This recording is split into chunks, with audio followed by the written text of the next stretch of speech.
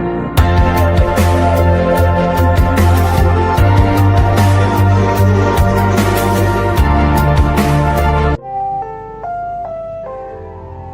programang ito ay rated SPG. Striktong patnubay at gabay ng magulang ang kailangan. Maaaring may masiselang tema, lengguwahe, karahasan, sexual, horror o droga na hindi angkop sa mga bata.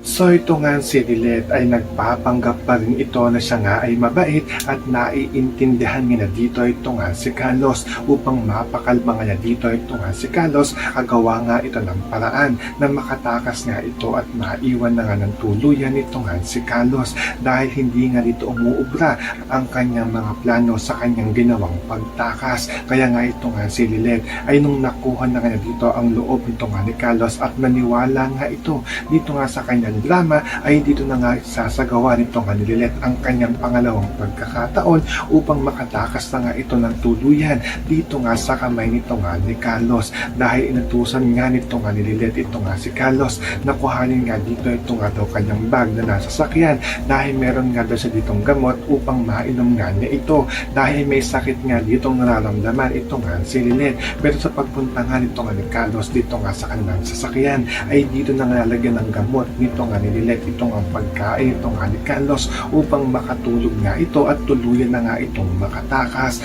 So pakakaabangan nga natin dito kung magtatagumpay na nga ba ito nga si Lilet sa kanyang pinaplano na pagpapatulog dito nga kay Carlos.